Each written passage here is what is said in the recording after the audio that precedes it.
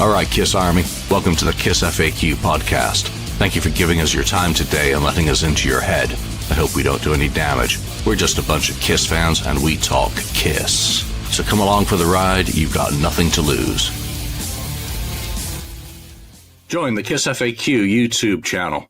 Member perks include exclusive song story demo bites, songs of the moment with contextual introductions, document and merchandise dives, KissFAQ board topic reaction videos, early access to channel content, and hopefully lots more. Click the join button on the KissFAQ YouTube channel or follow this link.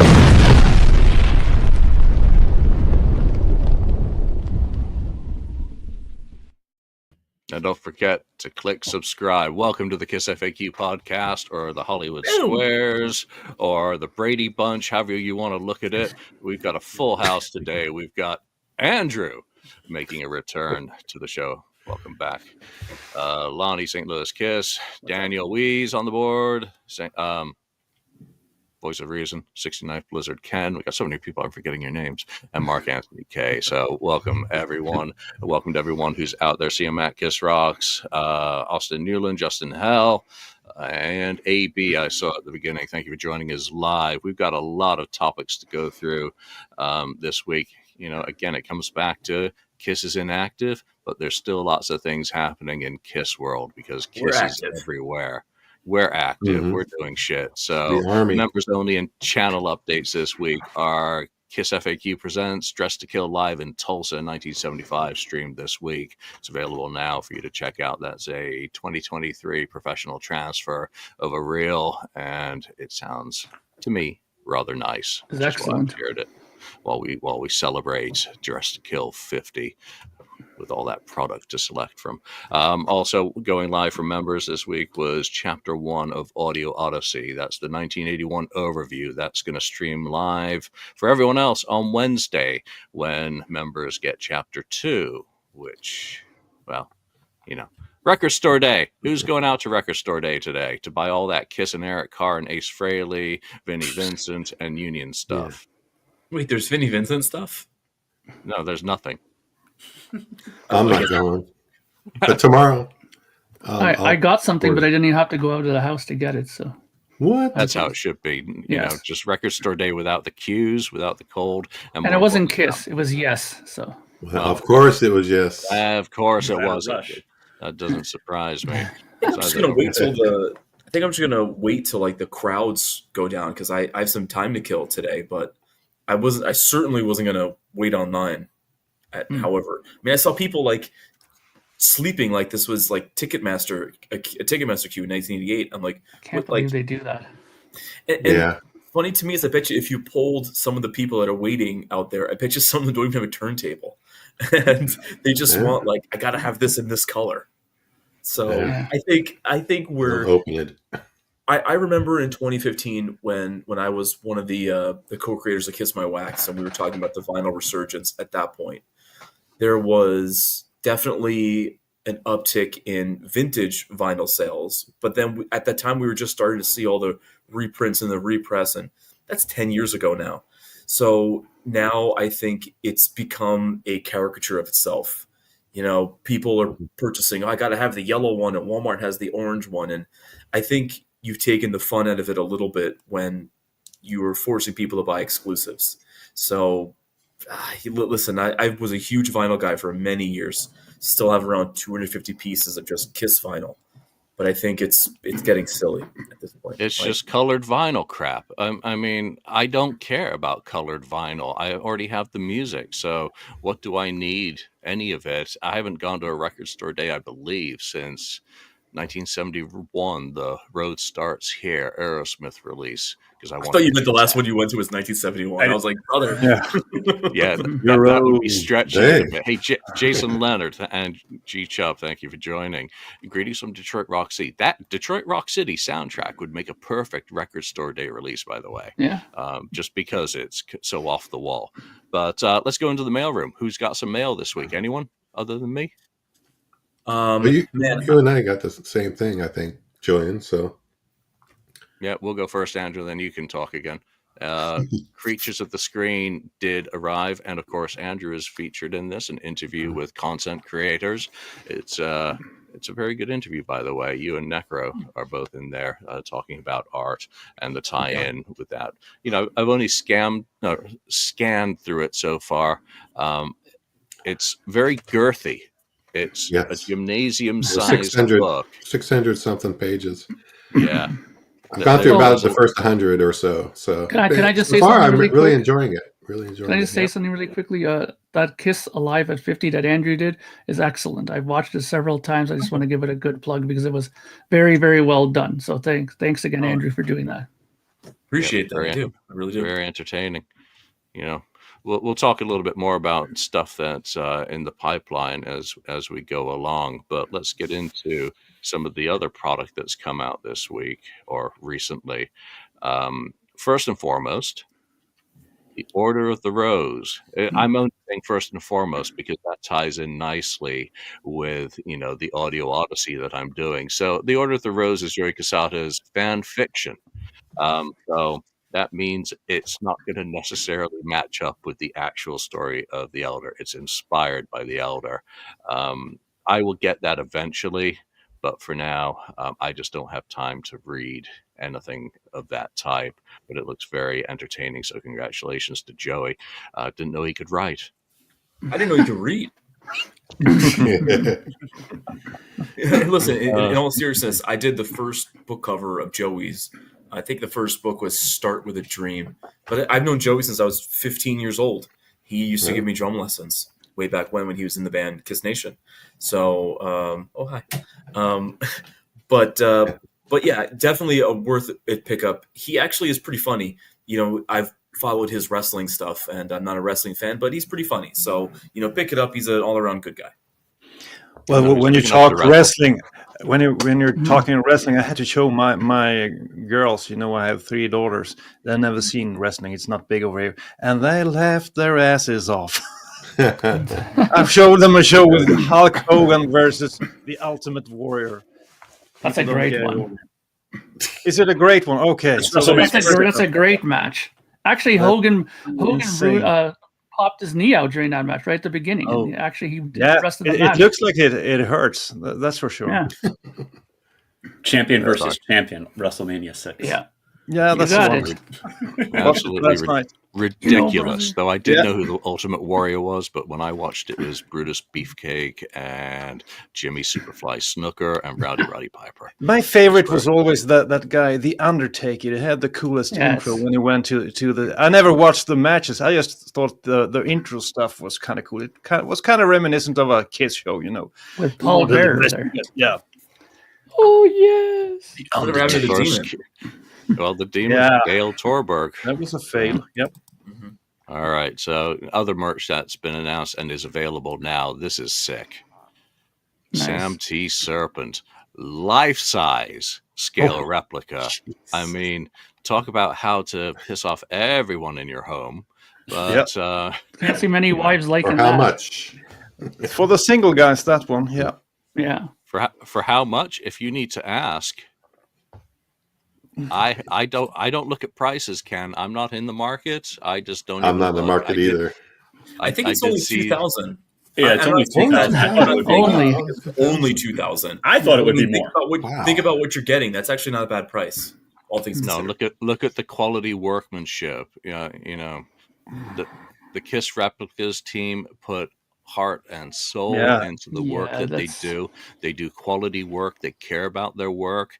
And obviously, having created costumes for Kiss, they know the importance of providing that quality, especially when licensing. I love Kiss, but not that much.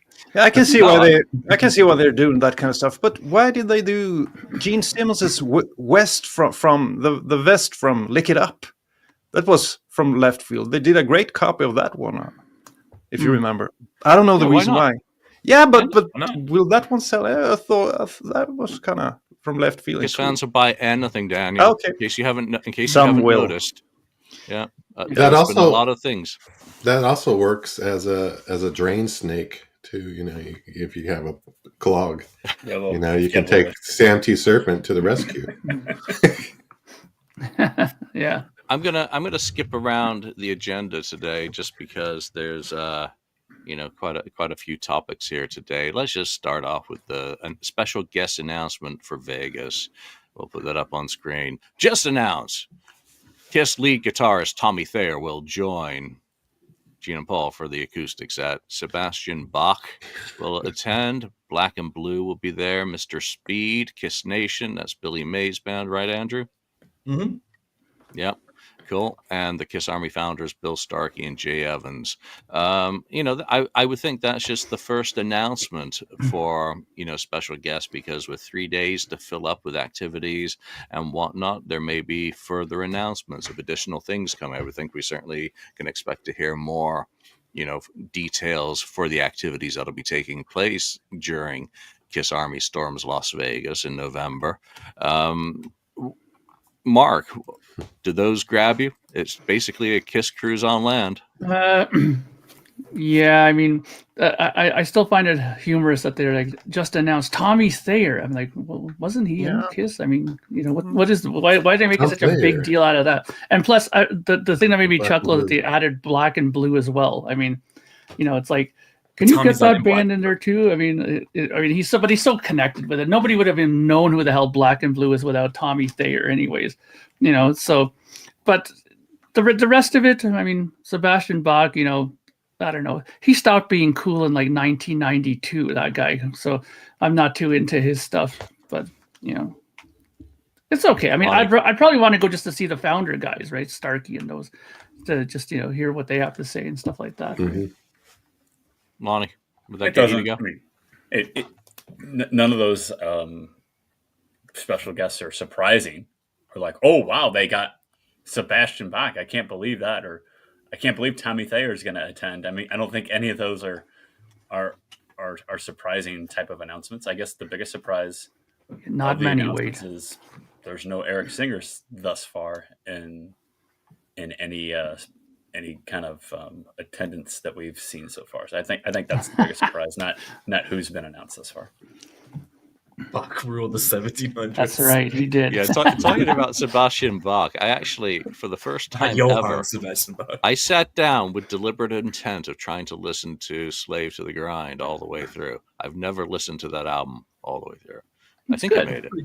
That's a good album. I like it. Yeah, there are a couple of very good. There are a couple of very good songs on it, but Skid Row was never my thing. I knew about Black and Blue before Tommy because of Aerosmith, but in our age group, where I think everyone on the chat probably knew about Tommy Thayer and Black and Blue back in the day from Hit Parader and Circus magazines. They were still unsuccessful spectacularly, but if they're still around, well, the power of persistence is strong. I didn't even know that they're still around. Like they are. I thought Jamie had retired actually, but they did put out the demo CD a couple of years ago, which was very cool. That was more Jamie St. James and Tommy Thayer project, because it came after the end of Black and Blue. That was a very cool release, actually. Ken, those guests make you want to, packages are still available. The higher tier experience has more seats assigned to it than the lowest, cheapest option. So there's still 1,000 tickets or so available. So it's moving slowly but steadily, but not exactly rapidly. Yeah, so there's a chance, Ken. There's a chance, but I don't think I'll be going. I like the Kiss tribute, couple Kiss tribute bands. That's kind of cool. You see that and see at least makeup and that kind of thing. But Tommy Thayer. I just think like and here's Tommy Thayer, our special guest. He's not Kiss. He's not part of Kiss. He's just Tommy Thayer. So once that contract is gone, he's no longer a member of Kiss. It's just Gene and Paul is Kiss, which we kind of knew anyway. I just kind of find it just doesn't make sense. I mean, why don't you say special guest? Why don't you just add Tommy Thayer as part of the Kiss group? If he's going to attend there or not. But I don't know. I just don't understand that. This is the Kiss now, and now the Kiss is just two guys. So I don't know. it's just kind of ridiculous. Sebastian Bach, yeah, he's fine, whatever. I just don't understand some of the way they go about doing some things sometimes, and there's probably a reason why Eric Singer is not there on the list either. He doesn't Yet. want to be. Yet. Yeah, who knows? I mean, they have to stretch this out in terms of promoting it to keep interest. So you don't put everything out in one press release, especially if you don't have everything finalized, which may be the case. I'll just have kittens. I'll lose it if they start announcing the podcast influencers as special guests. But that's just me. Dan, you gonna fly in? I think no, I'm not going to fly in, but I do know some Swedes that will actually. They bought the ticket the minute it was available. Mm-hmm. But I think you gave this guy a little bit too much crap. I think he still brings it live, and this is, by the way, pretty cool biography. It looks great as well. The problem is he looks so good, so people were envious of him. You know, certainly boys back in the day. Oh, Skid Row, that's the. You know, that handsome guy singing. That's crap. I loved the band back in the day. Yeah, I loved it as well. Especially that Slaves to the Grind album. I thought was. I thought the one after that was pretty dark and cool as well. I didn't mind the one after it either. Yeah, exactly. Subhuman Race.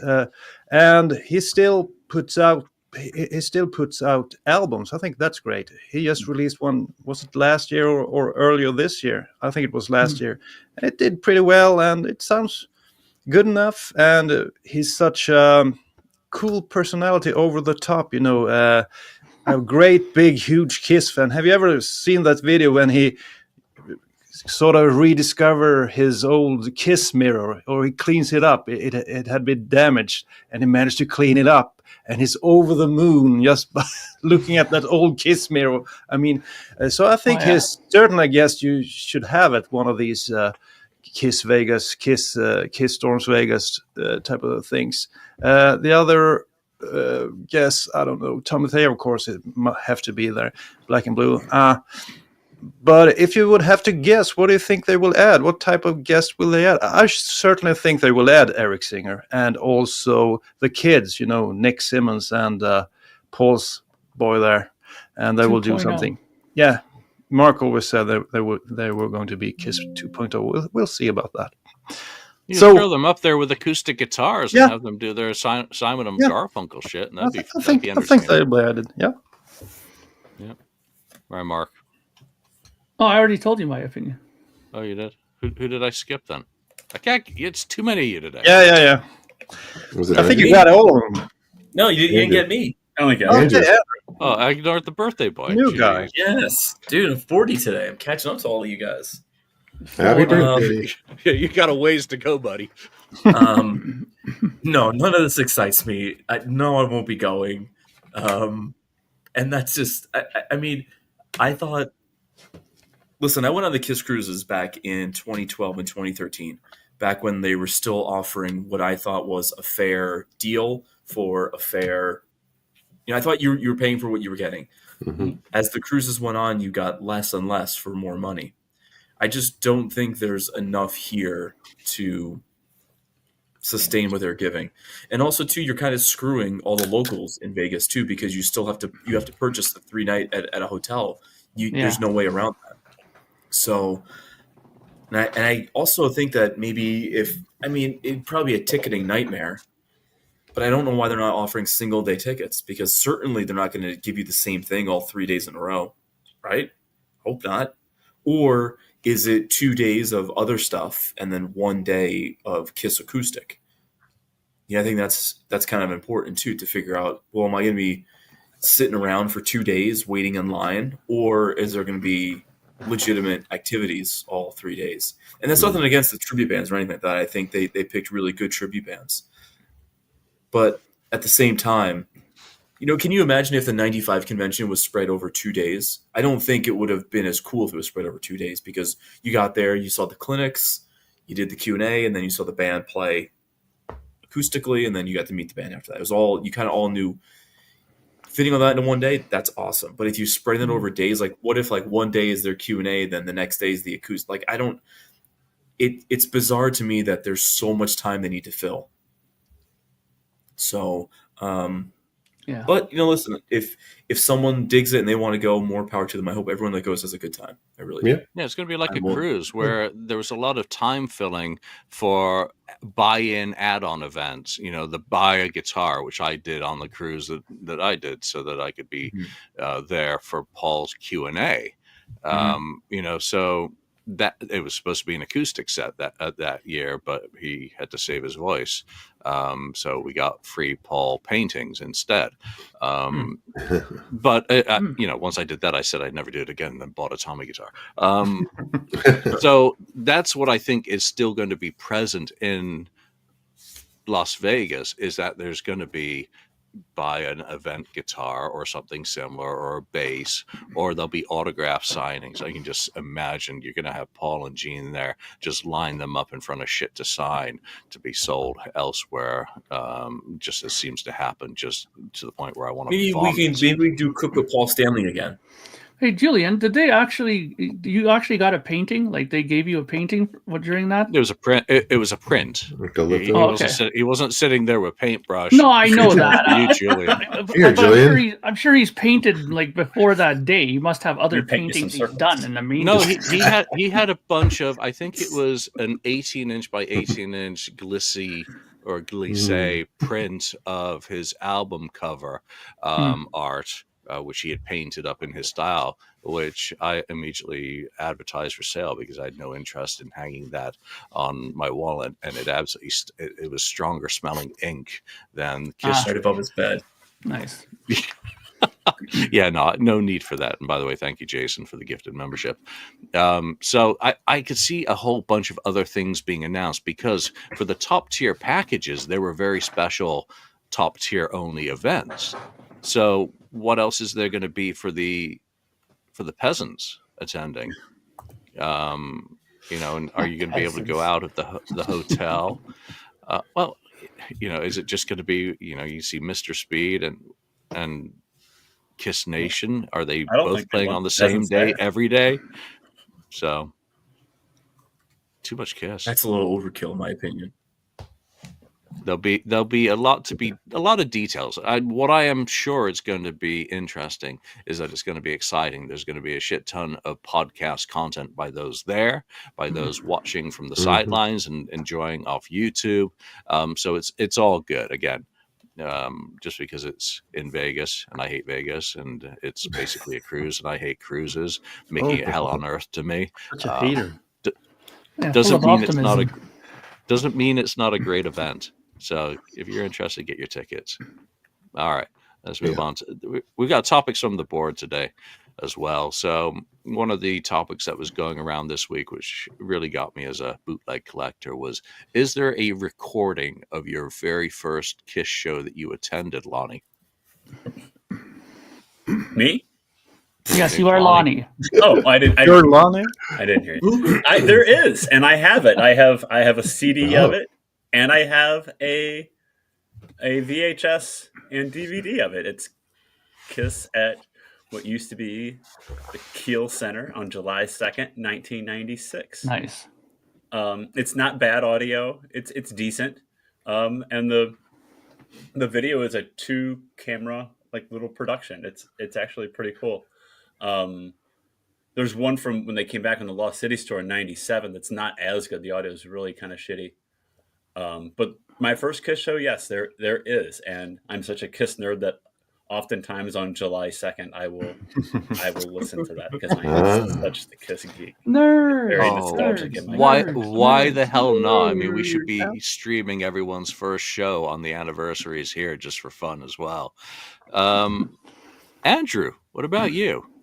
There is December 31st, 1996. There is a Pro Shot video. It's missing the first 5 songs, but that's okay. There's an audio recording, and there's also a single cam fan shot for that. But it's mostly a Pro Shot show, and then you get to see little bits and pieces on.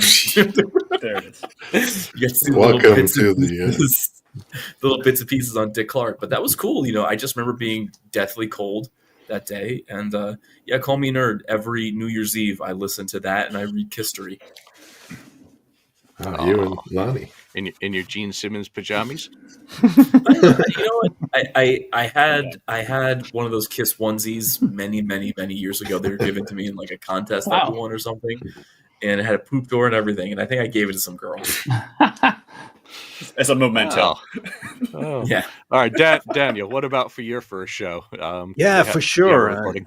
For sure, there are recordings of that show. It was 2 nights at Stockholm Stadium. Me and some friends went from the north down to Stockholm, and it was such a great event.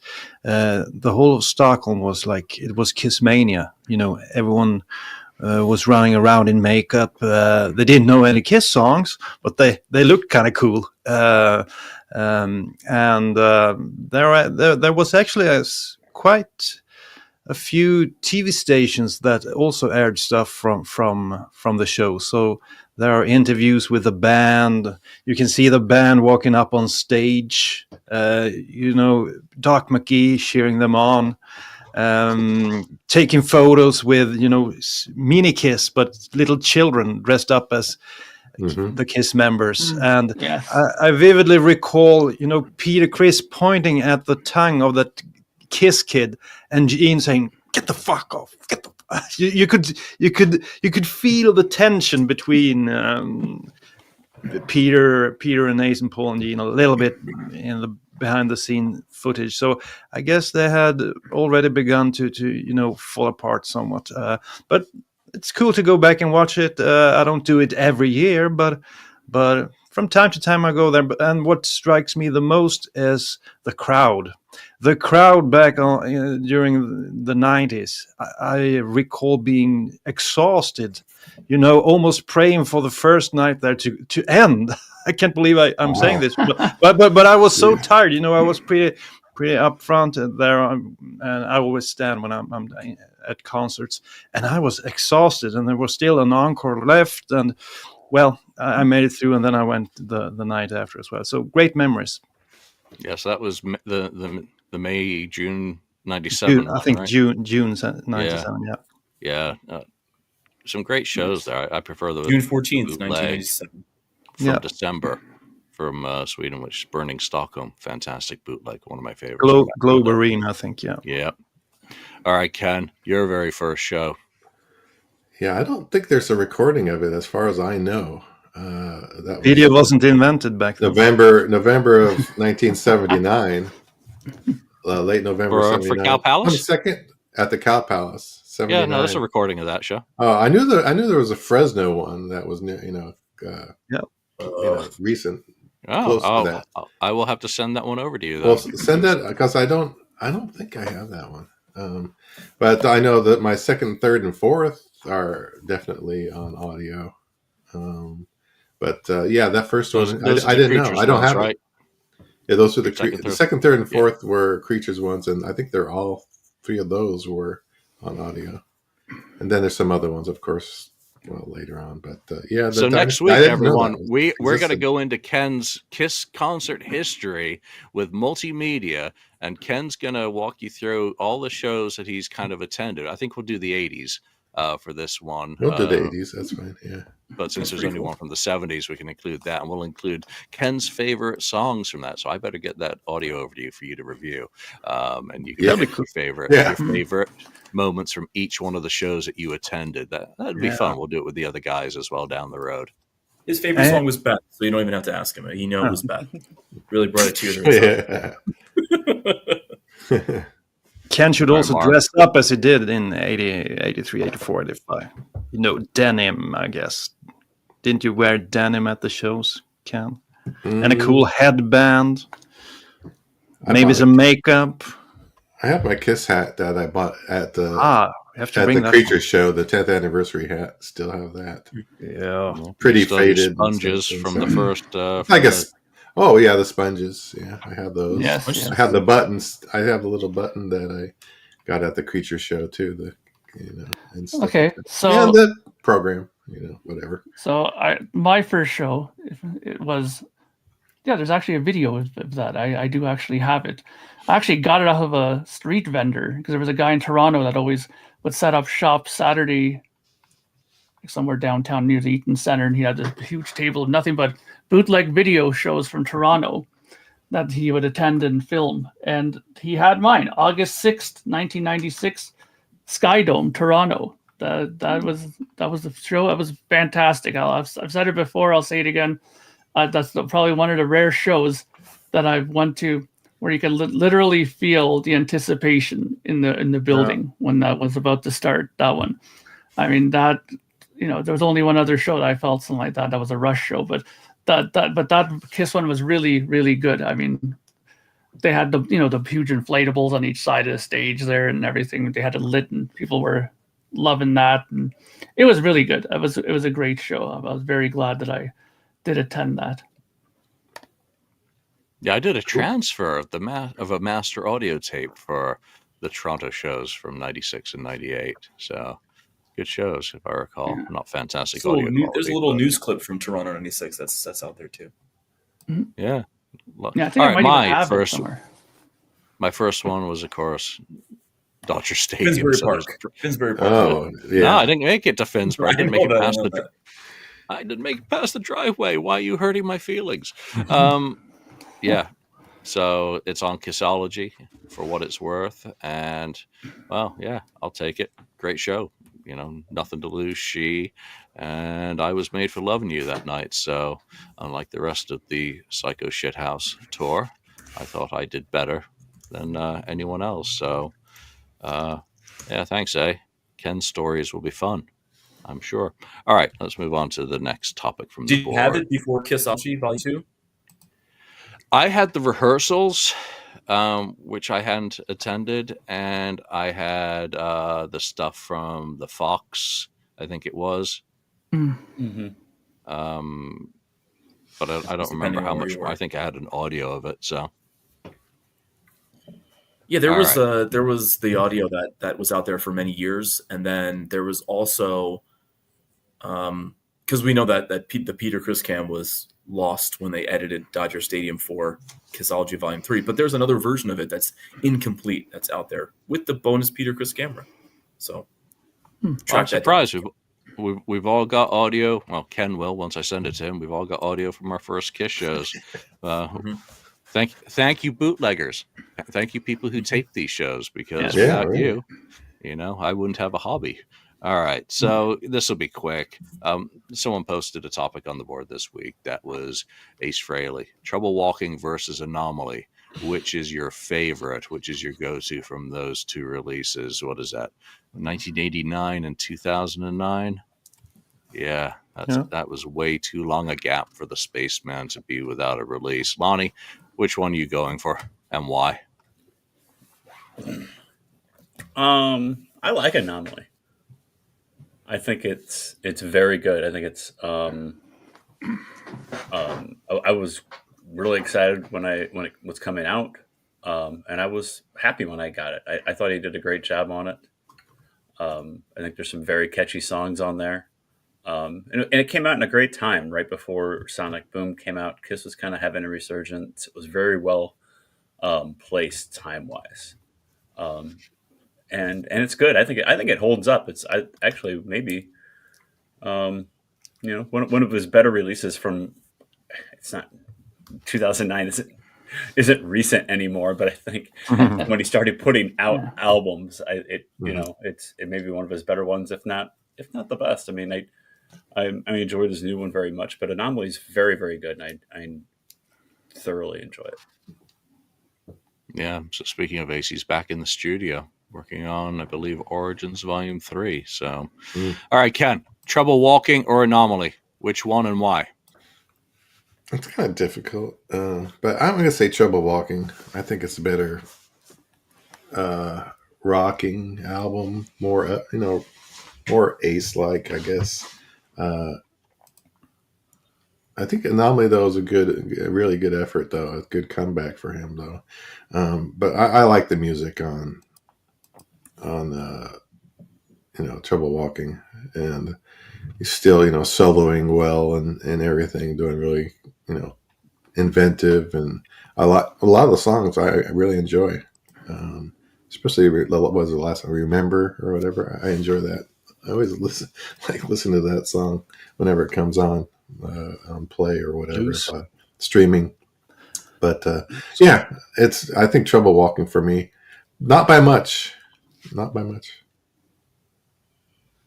Andrew. Man, this is a difficult one because I don't think either one of the records are like my go-to Ace record. Mm-hmm. I think Anomaly suffers from a lot of the jung, jung, jung, jung, jung, drop, whatever it is, the tuning. I just thought a lot of the stuff in Anomaly was similar sounding to the song previously. Sister is probably my favorite song off that record, but I probably would have to pick Trouble Walking because, I mean, listen to Trouble Walking starts. You got Shot Full of Rock, Do Ya, 5-Card Stud, Hide Your Heart. That's basically the first side of the album. And then you start the next side of the album, you get Trouble Walking. So maybe by like a hair, I pick Trouble Walking, but I think both of those albums wanted to be so much more than they ended up being ultimately. Neither one of them are the Frehley's Comet debut. And with that being said, too, none of them are the 78. But yeah, I think Trouble Walking by a little bit. I think Trouble Walking. What did Peter Criss even play on that album? I always wanted to know. That's Backing mystery. vocals. Yeah, not too much of them either on the album that you can hear at least. Tambourine or something. He They did just gonna backing do a vocals. song that didn't make the album, so there could be a vocal. That would have been good. Yeah. But then again, Eric Carr should have been on Trouble Walking too. So That's true. but wasn't allowed by mom and dad. So Mom really it was mom. Angie, you said neither of them is your go-to Ace Frehley album. What is your go-to Ace album? The Frehley's Comet? Yeah, it's probably the self-titled Frehley's Comet because the anticipation for I mean, I wasn't old enough to get it when it came out, but reading back the history of the anticipation of that one was pretty high. It's his first solo release. There's a lot of cool songs in that one. Into the Night, Rock Soldiers. That's my favorite one. If I had to pick my favorite Ace one, it's obviously the 78 one, but that's considered a Kiss record. But if we're talking about Ace's solo output, it's that first Frehley's Comet record for sure. Yeah. Nice. All right, Daniel. Trouble Walking or Anomaly? Yeah, to me it's easily Trouble Walking. And I think you said that Anomaly was a great comeback. I think Trouble Walking was a great comeback because if you listen to that piece of crap that he released the year before, this is certainly a great comeback. You know, that Todd Howarth album, that's the worst Ace album in the catalog, according to me. So this was a great comeback and great picks when it comes to covers to do. And also the return of Richie Scarlett, of course. We haven't mentioned that. That was great. Even though I think the album suffers a bit from, Ace and Richie going crazy, almost going, like it's like a showdown between them. First Ace stars off the solo, and then Richie, and then they take turns. I think the album suffers a bit from that, but all in all, it's a great album. And Andrew mentioned the first side of this album. It's incredible. I think the first side is probably my favorite side on any Ace album, not counting the 78 album. And then towards the end, it becomes a bit weaker, but that's not very uncommon. I think the album that he released in 87, that first one, I think that suffers from the same thing. The second side on that one isn't great to me. Some favorite songs: Shot Full of Rock, 5-Card Stud, Cool Rockers. I actually liked his version of Hide Your Heart, and it was certainly, Ace has a bit more street cred than Paul. So I think the song and the lyrics fit Ace better than they did Paul. So I just wish Kiss would have left that one alone and let Ace have it by himself. But I remember Gene, I think he called Ace and begged him, you shouldn't use that song on the album because we're going to do it. And he'd screw you. And he did anyway. I'm glad he did. Too Young to Die is a cool Richie Scarlett song as well. So a great album. Yeah, lots of great songs. By the way, it was supposed to be called Guitar Wars because Oh, of terrible. all the dueling, okay. all the dueling guitars. Yeah. You know, that was the whole shtick about it, was having Richie back in the group. He had his foil back, and Richie played the style of guitar. Come on, Richie's a Les Paul guy as well. So you got two of them going at it rather than, you know, Todd the California guy. No disrespect whatsoever to Todd, who he played a completely different style coming out of band like 707 and playing with Cheap Trick than Richie, you know, just completely different dynamics. And that's why I'm going to go next, Mark. Sorry, you'll have to wait for a second. Trouble Walking by a mile, simply because of the time in my life that it came out. I was in England that fall, flying in from Singapore, and you had Hot in the Shade and you had Trouble Walking out at the same time. So you had 15 Kiss songs, and I think it's 10 on Aces. That's a lot of Kiss-related material to be enjoying, a lot of which rocked really hard. And the Ace stuff sounded fantastic, particularly in comparison with Kiss's album, which just was not very produced. So it's my favorite Ace album from a production perspective, even though he doesn't like it as much. In hindsight, as at the time, I think it's way better than the debut Frehley's Comet album, which I don't think the production is very good. Updating Ace to a mid-80s sonic sound was just the wrong thing to do. It lost all its grittiness, and I agree with the comment about the second side being weaker. But Trouble Walking, Lost in Limbo, 5-card stud, Too Young to Die, you know, Richie's input and value was present, and it made it a tougher band. And the black leather, you know, and Les Paul screaming, it was really, really good. And I love Anomaly, don't get me wrong. Thanks for holding up Anomaly, by the way, Ken, because that has a great cover on the deluxe edition. All right, Mark, Anomaly or Trouble Walking? Trouble Walking. I mean, Anomaly's okay, but I think that it just Trouble Walking has a vibe to it. It had, like you guys, all of you have already said, you know, it has that sort of, you know, more grittier feel to it overall. I mean, you know, Richie Scarlett, I think, was important being back in because he added a lot to it. I mean, even in his live show when Richie was there, it was better, you know, maybe not technically better, but in vibe, it was definitely better. Right. And I think the record also, you know, benefited from having some of the guests there, like, you know, like all the, you know, little backing vocal people that were on there. You know, they had like the Skid Row guys there, and you know, you had Peter Criss doing a little bit of stuff here and there, right? Very little. Yeah. So, and you know, Anton Fig was on drums, which is always a good thing to have as well, right?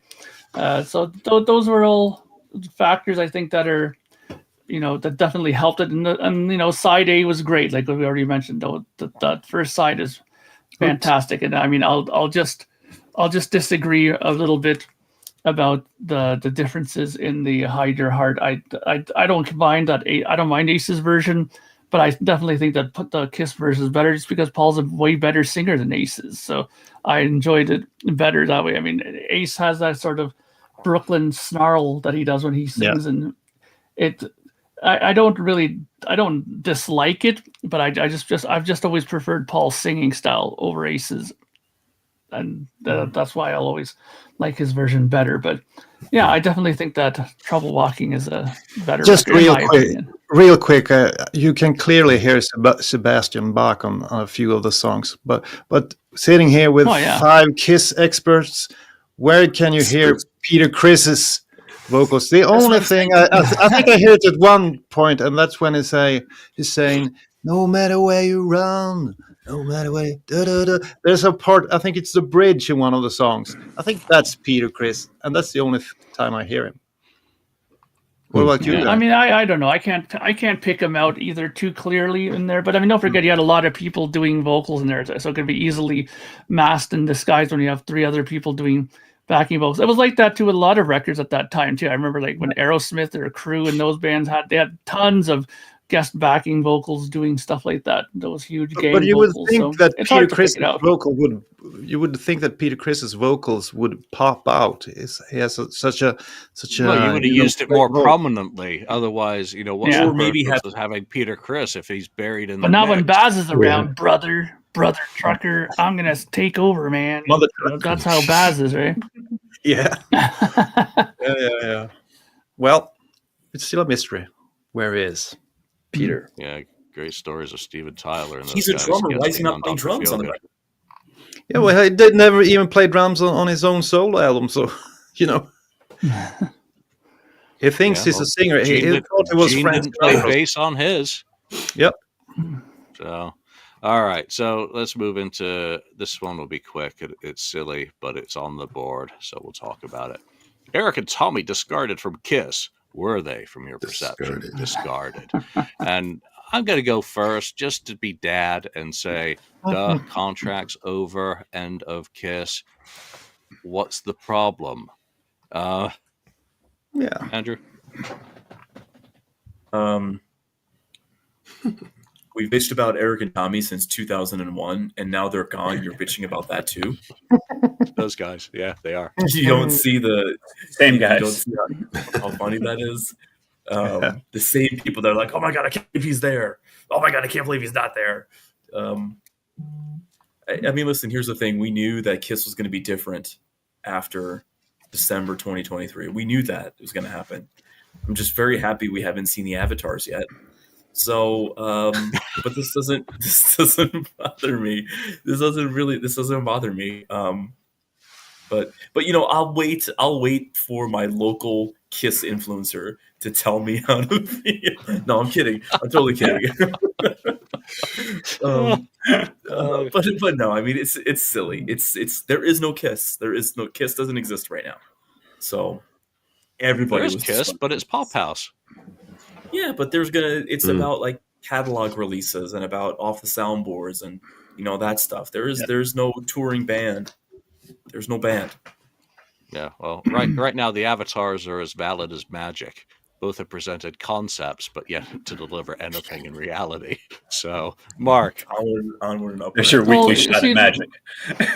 My problem with this is that when somebody says special guest, I mean, I expect it to be somebody I wasn't expecting. Like when you say special guest Tommy Thayer, I mean, that's like what, the guy that's been with them for the last God knows how long, that's the special guest. I mean, I would be more surprised if you said, Richie Sambora, special guest, or somebody that has never really been associated. That's a special guest, not fucking Tommy Thayer. I mean, bring in somebody else that's, not, an actual special guest. That's not a special guest to me. That's my only problem with it. I don't really care, whether Kiss is just Gene and Paul or whatever, but, look up what special guest is. That's all I'm saying. okay. Yeah, so going back to Andrew, the people with cesspool tattoos were the ones ranting about them being discarded, I think. Ken, talk some reason into the subject. Discarded. The contract is over. I mean, they were signed up as employees. That's what they really were. Employees of Kiss. They were in Kiss, their employee, and like a federal government worker. You've been, fired. Not needed anymore. You've been let go. Politics. We're saving money. We need to save some money. So you're no longer part of, our company, which was the Kiss company. So yeah, it's unfortunate. I would like to see them, try to get a couple more special guests like Ace and Peter. Chris Angel? It will probably it'll never happen, but I would love Ace and Peter to be there. There's Ken dreaming again. Right the wrong of the last two shows of the the tour. You need to right that wrong. Get over your little quarrels and things, and just dude, they're never gonna get over it, man. You get out of that dream there. That's not gonna happen. Well, it's not going to happen either. That their sons are going to be Kiss 2.0. I don't see that happening. We'll see. We'll see. No, They may form a Kiss band, but it's not It'll going to be be Kiss Kiss. 3.0 after the failure of the Avatars. Yeah. Oh, yeah. First, the Avatar has to fail, and then you can do that. We've just been There we permanently go. placed on the pay no mind list. That's what we've done today. We've made sure that we're on that list. I'm already there. Yeah. What do I care? What do I care? All right, Lonnie, Yeah, who how cares? about it? It's not surprising. I mean, their contracts ended, so at this point they are special guests because they're not members of the band. It is what it is. I get, and I would imagine that Eric's going to be added eventually, but I guess there's different different contracts have to be negotiated at this point, maybe. So it's not surprising. All right, Daniel, last one on this silly topic.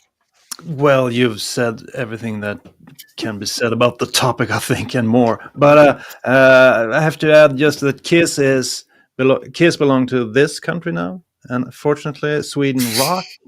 So we're gonna take good care of them and show everyone how it's done. No, I have no clue what will happen in the future, but the truth is, Kiss is pop house, at least to some extent. And Gene and Paul, I'm not sure. I'm quite anxious about that concert that they will do. How will they sound, and how will they get around Paul Stanley's vocal problems?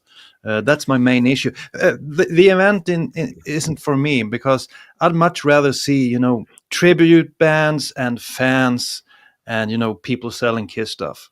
No Kiss, or a live concert with one of my favorite bands. I could go and see Wasp or Twisted Sister and Kiss, but this is sort of in between, and I don't like it. So it's not for me. But all you people out there that's going, I'm hoping you're going to have a great time.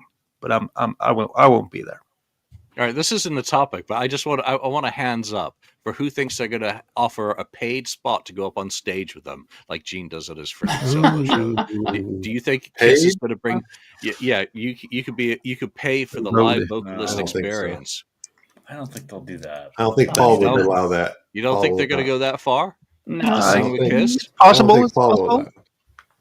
Oh, wait a minute. Tommy may have to pay. Yeah. Oh, man. All right. All right. So I have a question for Daniel. Did you ever come over to the United States in the late 90s, early 2000s and go to any of the New York conventions? Did you ever go to one of those? No, I was a bit too young, I think, but a lot of Swedes did.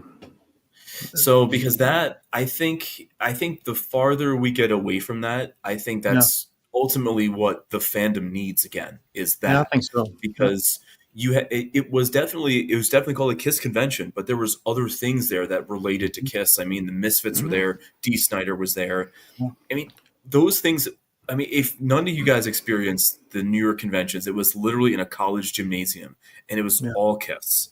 It was all Kiss all day, and it was like a giant flea market. eBay kind of ruined it a little bit, but I think now the farther we get away from a digital culture, I think something like that needs to come back, because the conventions, they moved from the selling of merchandise to basically, I don't know, autograph lines. The last Indianapolis convention was basically just people were just standing in line all day to get autographs from celebrities. That's why I stopped going to them. Yeah, I think the magic happens between the fans. The interaction between fans, that should be central in these kind of events. Yeah. So I really, really think that perhaps the idea of the Vegas thing is a step in the right direction. Yeah. But I think a Kiss convention, a true Kiss convention, and listen, I'll pay $50 to get in. That's fine. I know I'm not going to pay $15 anymore, but I'll pay $50 to get in, and there'll be, a smorgasbord of people set up to sell stuff, and you'll have videos in one corner, maybe a tribute band over here or this over here. I would pay for that, and then maybe there'll be one or two guests, there. But I don't want to be reliant on guests. I don't want to walk in and every time I take a step I have to pay somebody else to do something. I don't want to do that anymore. The last big convention, what was it? The Creatures Fest. And literally any room you walked into, you had to pay more to get into that. And listen, I'm not slamming the guy. I think it was a large undertaking. I think what he did was pretty phenomenal that he actually pulled it off. But at the same time, I think you're losing the magic. You're treating everybody like an ATM machine. And I understand we're in America. That's American economics. I get it. USA. Yeah, but it's pretty cool. It's pretty cool that Andrew, you used the Swedish word there. You know, one of the few words that we have given to you Americans, smorgasbord. That's the Swedish word, actually. So there you go. Great. Well done there. Yeah, but I think if we get a little bit closer to that, I think perhaps you're going to see more fans that want to. Because I mean, listen to this. There's 6 of us. We're sitting here on a KISS podcast. Julian, what number episode is this? Oh, it's up there. 574. Yep. So you've talked about KISS at least 574 times. Don't you think that this is the group that you want to be there? Like we all should. It ain't happening because we should be the fans that they're we should be the fans that they're targeting, though. Yeah. So you're not going to pay $50 to get into any expo ever again, because the cost of the venues, the cost of insurance, the cost of all the bringing in talent, the cost of the talent has got to be the biggest line item on any budget, and they still want every room to be segregated off for their own private, signings. So the dynamic it's dead, as have consumption habits of, we're a minority who are looking back to Helicon days of the past. And, I went to one of the last expos I went to was Indie, and I don't remember what year it was. It's in the last 5 years, I think. But every single room was locked off and an add-in, and you had a ticket, and there were so many things to keep track of. I didn't even go to half the things because I forgot I was supposed to be doing them, or I had them, and it was just an assembly line of queues. Everything was a value add. Every vendor, and I was one, was doing their thing, and there wasn't that much else. The musical events were fantastic, but one of the first expos I went to as well was, I think, 99 or 98, the Indie Expos. That was when the change started happening. But those were great because you had ESP one year and you had Union the next year for the 2 that I went to. It was fantastic in terms of the vendors, bootlegs, and all that still being sold back then. People going around, bumping into Dale Sherman at one, I think Bill Starkey at one. So it was much more oriented. So I never got to do this stuff in the 90s because I wasn't in the country. But those days are gone. Those days are just warm, happy memories while you snuggled up in your onesie watching that 96 concert and reading history. Ain't coming back ever. It's gone. But it could. It's over. It could come back. It could. It can't because of the money. That's the big problem. Well, maybe not in America, but there's a few more countries around the world. Well, I'd love to see Sweden. Come on, Sweden. Yeah. You guys own KISS. Let's see the official Swedish. You just wait. You just wait, and you'll see. I will fly for Sweden and an expo in Sweden. All of you are. I would fly too, but I can't. Stay at Daniel's. I'm going to stay at. I can't room with Julian, so I got a room with Daniel instead. Yeah, you can stay at my place. You have no excuse not to come down off your sleeping bag. All right, next topic, and we're not tribal here, so this is a great one for topics. Is what is your number one podcast when you consume KISS? And you're not allowed to vote for this one because you don't listen to us unless you're not here, and there's no ties. So let's celebrate some of the other KISS podcasts that you enjoy when you're in the mood for a KISS podcast. Mark. Okay, I'm anxious to give my one because I definitely think that these guys need a little bit of a bump. Maybe not they need it, but I'd be happy to give them a little bump. But I really enjoy this one. Before I say who it is, I'll tell you why. Because these guys, it's a guy and a girl, okay? I think it's a boyfriend-girlfriend thing, I think, right? But this one represents everything that I think I would love to be again. Is that these guys are not at that point yet where we are, or at least I am, where I've been doing this for so long and know so much little things here and there and how things work and stuff like that, to be kind of already, the sheen is gone, kind of. And I'm sure they're unaware of some of the things that happen behind the scene. In other words, these guys are I think they're relatively much younger than we are, and that they love the band. They talk about it. Nothing can be wrong in their eyes with Kiss. They're at that point. You know, everything is fantastic, and that's Kiss Army Things.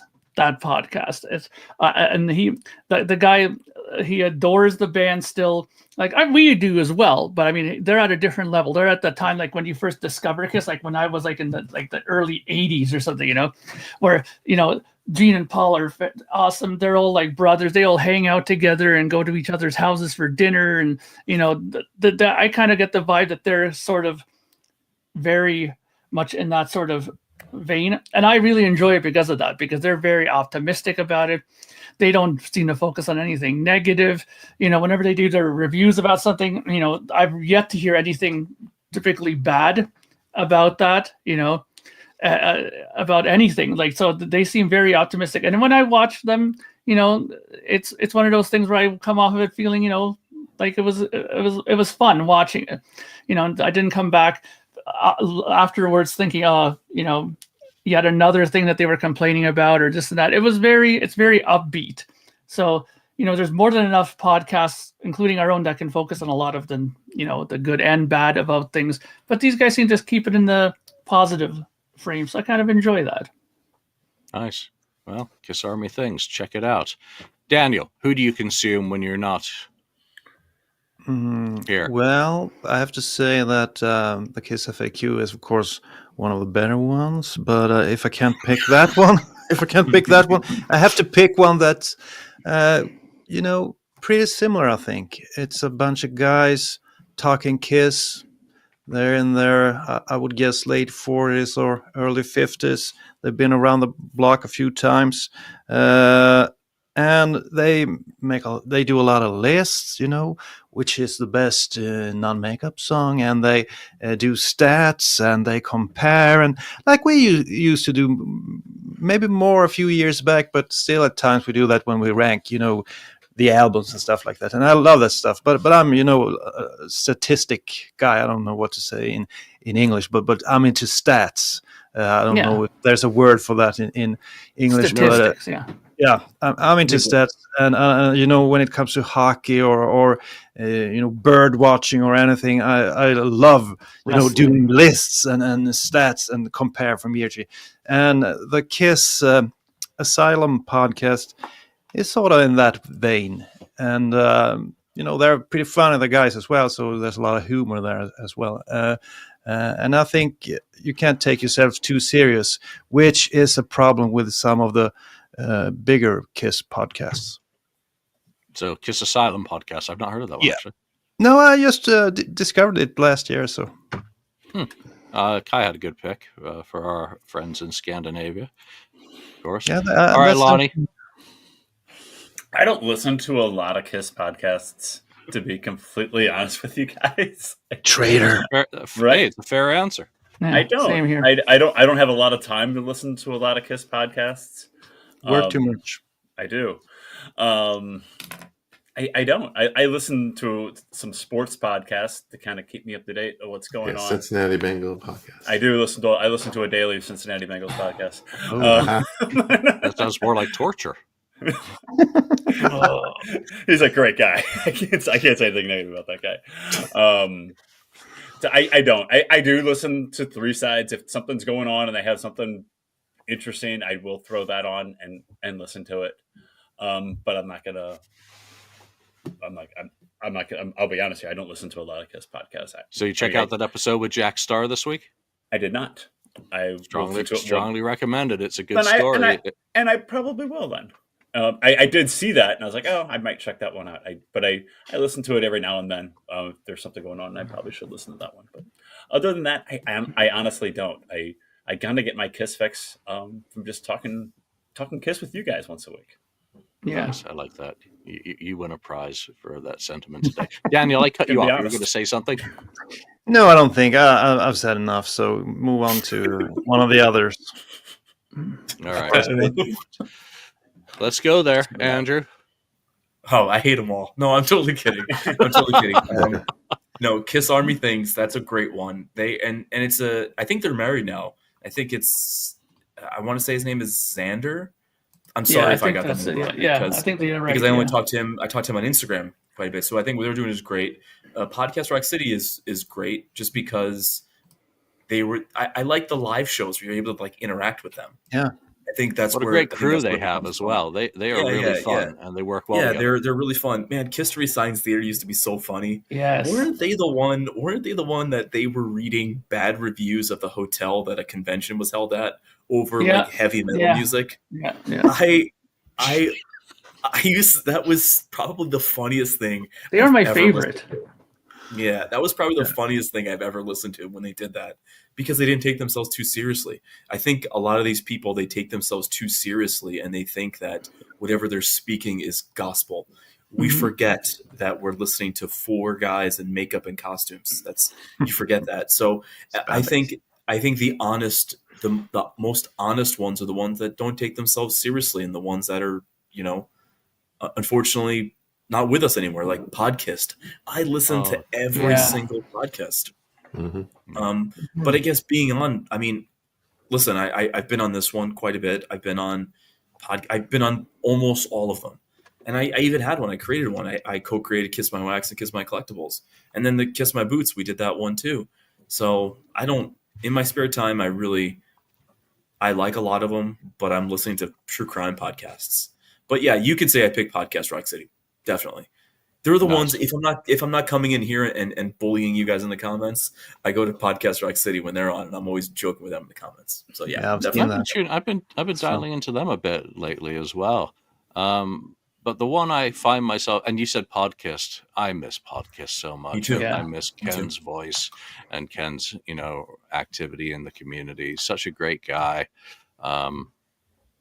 Ken, you're appreciated and you're missed. So would love to get him on here for an episode. But if I'm listening to Kiss podcasts, I listen to Three Sides plenty, but I find myself often going for Ages of Rock podcast when they do their Kiss content, because they're just the same as us. They're a bunch of friends and fans who just get together and talk Kiss, and I always disagree with them. There's always something that annoys me from their opinions that has me shaking my fist at the cloud when they have their conversations. So I enjoy their topics. I enjoy their interaction. I enjoy their product. So Ages of Rock, great job, guys. And they do a lot of stuff that's really off the wall with other bands. They're not just a Kiss podcast. Ken? Yeah, there's a few that I listen to if I go on a walk or whatever, and it's depends on the subject, I say, okay, this subject that this one podcast is playing out, it sounds interesting to me, and I'll, listen to it. But the one I probably go to mostly is Podcast Rock City also. I've been on there a number of times also. But I like their live show. They're kind of similar to us in a way. Yeah. They'll give you the news at the beginning, and they're it's light. It's not too freaking heavy or anything.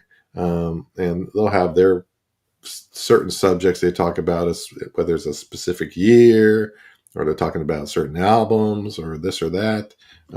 It's all lighthearted, pretty good, good stuff, and a good solid crew. Just that's been steady for a long time, kind of like what we've had here. So I enjoy that. It's not too deep, and we don't get too deep here either. So that's probably the one.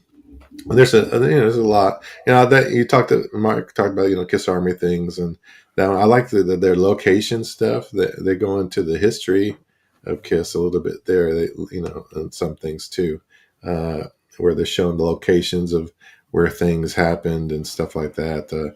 They did that their own. I think they were the ones that did similar to that walking tour they put out before the actual walking tour, and it showed the pictures of those black and white pictures and things where they kissed in New York, where they got pictures taken, and they showed the location and all this stuff. But it's cool stuff. So fans, don't be tribal. Go check out other podcasts, other content creators. You know, everyone's out there celebrating the same thing in different ways, and it's awesome to, consume and try different things. Just like if you go to a buffet, I'm not going there. That's just tomorrow I am. Too many Gene Simmons and Paul Stanley interviews that I've experienced. Yeah. All right, that's it. That's a bunch of topics from the board, a bunch of tangents, a full house of participants today. If we can get 6 people back, we'll have to do a Hollywood Squares next time. But that's it. Enjoy what you enjoy. And until next time, from Andrew, happy birthday. Thank you. Daniel, Lonnie, Mark, Ken, and myself, thank you for joining us, and we'll see you next time. Thank you for spending time listening to the KissFAQ podcast today. All sales are final. There are no refunds. If you'd like, look us up on Facebook or come over to the message board and discuss the topics we've broadcast today. Don't forget to hit subscribe wherever you've listened to this show, and a like would very much be appreciated. We hope you'll join us again, but until then, remember, life's a radio. Turn it up to 10.